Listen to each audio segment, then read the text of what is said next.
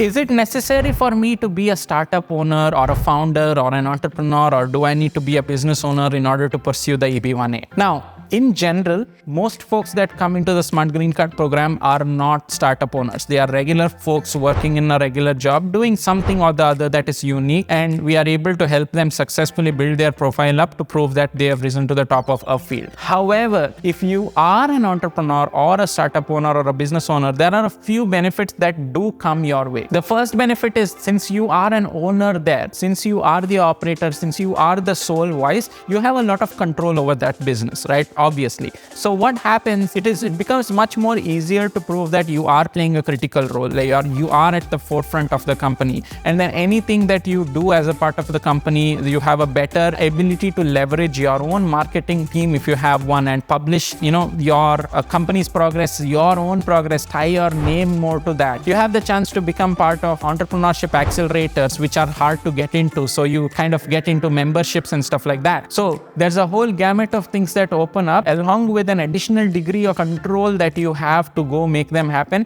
And this is why I find entrepreneurs are a really interesting case to work with. There are so many entrepreneurs within the Smart Green Card program itself who have applied for the O1. They also applied for the EB1 and gotten success, because they have a lot more control in what they actually can do compared to others. But this is no way to say that you absolutely need to be a business owner in order to pursue the EB1A, because most folks in the Smart Green Card program who are successful are not. So you might be hearing me say Smart Green Card program all the time, and if you haven't necessarily checked that out so far, check out the link in the descriptions below. We help a lot of folks get their EB1As in a much more expedited manner, much more no bullshit manner. Go check that out.